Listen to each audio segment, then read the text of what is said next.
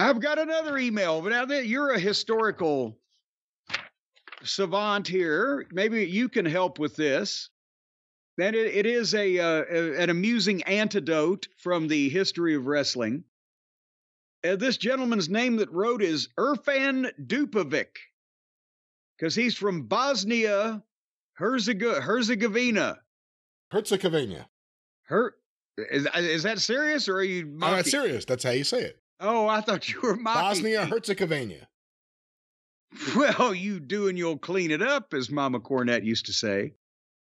But anyway, recently, Irfan, because we're on a first name basis, I'll just call him that. It's really Irfan, not Ephraim or anything? It's Irfan. Oh, okay, you're right. Irfan. Because he's my fan. He's not your fan. You fuck up everyone else's name. Why wouldn't I think you were messing up Irfan's name? Because I don't know how to fuck this up. I don't know what it is to begin with. What does Irf? Anyway. What does Irf have to say? Irf the Surf. Norman Frederick Charles, when he in the 60s in Australia, worked as like a fucking beachcomber, Murph the Surf. Irf says, recently I've been reading a lot about mafia bosses and came upon an interesting little fact about Tony Accardo, longtime boss of the Chicago outfit that came into power after Capone was sent to jail. Anyway, the text from Wikipedia reads, for example, when professional wrestlers Lou Albano and Tony Altimore, wrestling as a mafia-inspired tag team called the Sicilians, came to Chicago in 1961, Accardo persuaded the men to drop the gimmick to avoid any mob-related publicity. He says, I found it quite interesting, but unfortunately have not been able to find any other sources apart from the above. I didn't particularly know the guy's name was Tony Accardo or that there was some specific individual. I don't know, Brian, if you know if that can be attributed to one person, but the story has been in wrestling since the early 60s that Albano was at that point a wrestler, not a manager. He was not a real good wrestler from the film that survives. And Tony Altimore, who spent most of the rest of his career working and I think some behind the scenes office work for the WWF.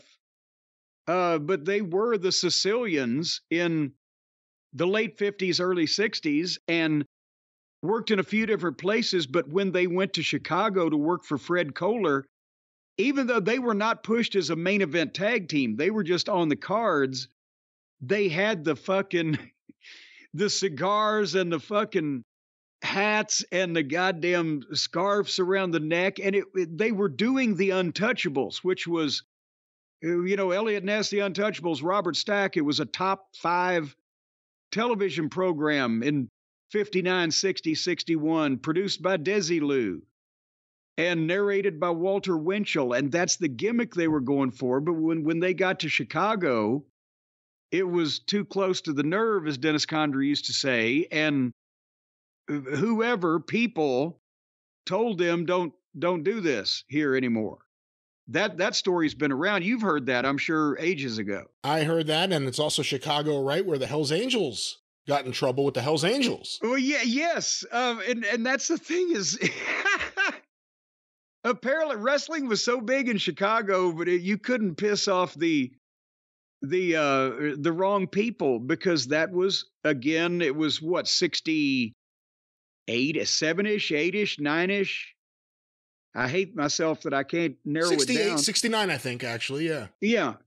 But Don Fargo, one of our favorites here on the program, was in one of his 1,000 different identities. He was Jack Dillinger, and he had a partner that was a big blonde kid that had just been in the business a couple of years, I think, named Frank Dillinger. Can't remember what his real name was. It came out in the goddamn newspaper coverage. But they became the Hells Angels. And they had the motorcycle, shit and the chains. And, we've talked about Don Fargo living his gimmicks where they would drive up to the back of the arena on the motorcycles and come in the building and wrestle in the same goddamn shit, the same clothes. And then they wouldn't shower. They'd leave, get on the motorcycles, and ride to the next town. And they lived the fucking gimmick, right? Like Fargo did with everything he did. But in this case, at some, at one of the matches there, Brian, you may be able to remember more details just from the newspaper coverage, but they somehow ran into or met representatives of the Hells Angels. And I mean, I've heard this story again, especially because of the Fargo name in Tennessee since I got around the business, where they at first told him, oh, we love what you're doing. Yeah, you're getting our name out there. Or what? They've lulled them into a false sense of security, as they say. And then said, come back to the party at our clubhouse. And once they got in the clubhouse, the worm turned, and the Hells Angels told them, hey, you motherfuckers, you don't have any right to wear our shit or use our name or whatever the fuck, and we're fixing to fucking put an end to that right now. And they shot Frank in the fucking leg. Was it a handgun? Was it a shotgun, Brian? Do you remember? Because they ended up amputating his leg. I believe so. And I want to say, did Fargo jump out the window He dove out the window. Into the water? Well, I don't know if they were on the beach, but no, he just dove out the fucking window, however high up that they were, and got the fuck out of there is the only reason they didn't shoot him. And I mean, I don't know if it was a fucking one of those Pier 6 brawls, but yeah, and it obviously made the newspapers, and that's when Fargo, who was still obviously able to wrestle after he got all the glass picked out of his fucking ass, got Chris Colt, and they basically kind of did the same gimmick, but with no Hells Angels patches, and became the Chain Gang, and did the same kind of shit, but not to get on the wrong side of the fucking Hells Angels. Let me, since we're talking about it, here's a little bit of audio because I love this. This is the Chain Gang of Jack, being Don Fargo, and Frank Dillinger. Yeah. This was their promo style, which is so cool because no one else has ever done it before, and it's impossible to pull off. Here's an interview with the Chain Gang. We heard that we look pretty bad. No, sir. You should see the men that we wrestle, the Crusher and the Bruiser. You should see them.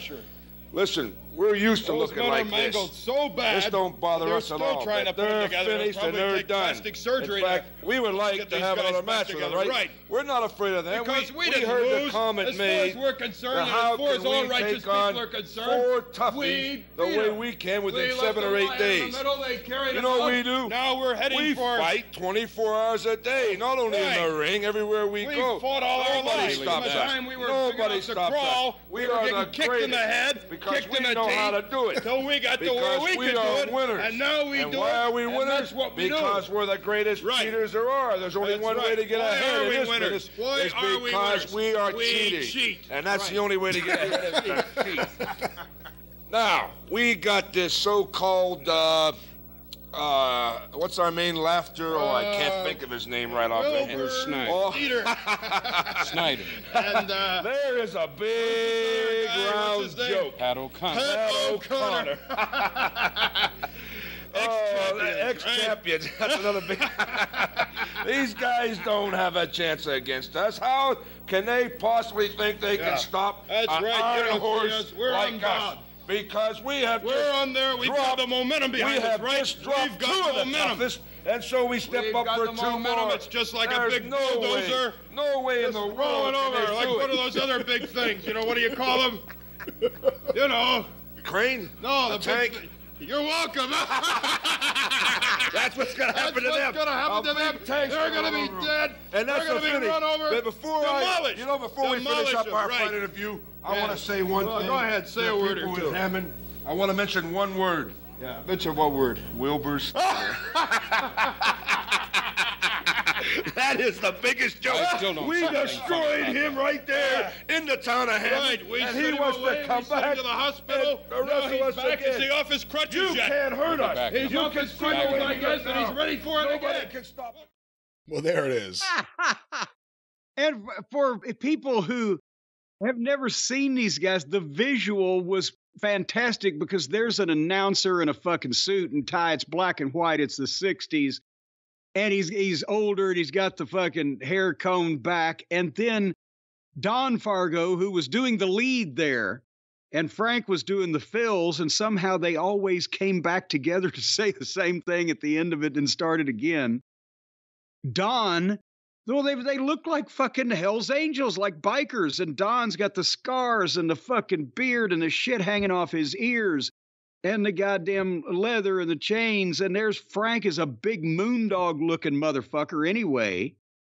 And they're both doing these independent promos of each other, kind of talking about the same shit. Like I said, end up the same place. And they both look like they haven't goddamn slept in 3 days or bathed in 3 weeks. It was just amazing. And no wonder they could get hit against Dick the Bruiser and the Crusher. These two fucking guys. No wonder it was money.